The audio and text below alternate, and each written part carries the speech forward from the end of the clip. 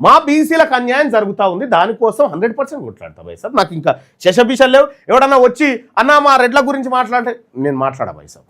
మీరు సఫిషియెంట్గా ఉన్నారు, మీకు వచ్చిన బాధ లేదు.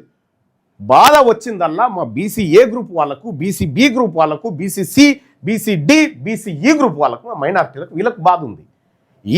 ఈ వర్గాల కోసం నేను తప్పకుండా కొట్లాడతా. మీ వర్గాల గురించి మాట్లాడేటోడు లేడయా, ఈ వర్గాల గురించి మాట్లాడేటోడు లేడు. కనీసం ఒక బీసీ ఉద్యోగి మీద దాడి జరిగితే ప్రశ్నించేటోడు లేడు, మన తరఫున నిలబడేటోడు లేడు. ఇక్కడ ఉస్మానియా యూనివర్సిటీలో మనోహర్ అని చెప్పి బీసీ ప్రొఫెసర్ను సస్పెండ్ చేస్తే భయంగా బతకాల్సిన పరిస్థితి. అదే ఒక ఎస్సీ ఉద్యోగి సస్పెండ్ అయితే మందకృష్ణ మాదిగన్న గంట చేపట్లాడుంటాడు. ఎస్టీలకు ఏమైనా ఇబ్బంది అయితే బెల్లయ్య నాయక్ గంట చేపట్లాడుంటాడు.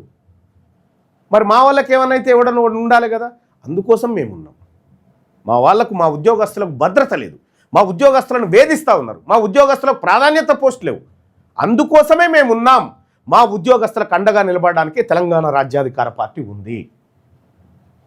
మా బీసీ విద్యార్థుల కోసం పనిచేస్తాము, మా బీసీ కార్మిక వర్గాల కోసం పనిచేస్తాము, మా బీసీ మహిళల కోసం పనిచేస్తాం, బీసీ పిల్లల కోసం పనిచేస్తాం.